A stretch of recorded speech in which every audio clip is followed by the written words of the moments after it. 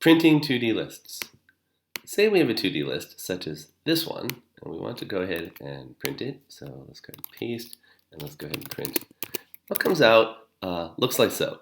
And maybe that's okay. It's really not so wonderful. We'd really want it to look like that. But when we print it, it doesn't. And even this is not what we want. It'd be nice if the columns were aligned. And maybe so something more like that is what we really want. As we deal with 2D lists we're going to need to print them out for debugging purposes. And given that lists come out looking in this way, it can complicate debugging. We really want a nice, clean way to print 2D lists. And by default, Python doesn't have one. No worries, we provide one for you right here. It's called print2dlist. It takes a list and it does a lot of stuff, including this helper function, max item length. Basically, it goes through the whole list, it finds the largest item in any row or column, and then it goes through a second time and formats the list, aligning all the columns to correspond to that maximum size. So let's actually watch this in action. We'll go ahead and copy that, come over here, and we'll paste. We still have this 2D list, but now we call print 2D list, and there you have it, all nice. And by the way, even if you have larger values, or if you put a nice long, let's put it, say here.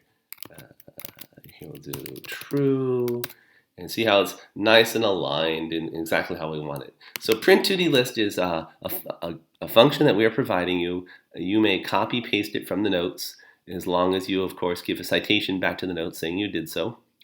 And you might want to look inside it and understand what's going on. I already explained, you find the max item length of any item in A, and then for each row and for each column, you start piecing together the output string, brackets and commas, and we use a format spec, and here's really the magic, where the field width was computed above as the maximum item length.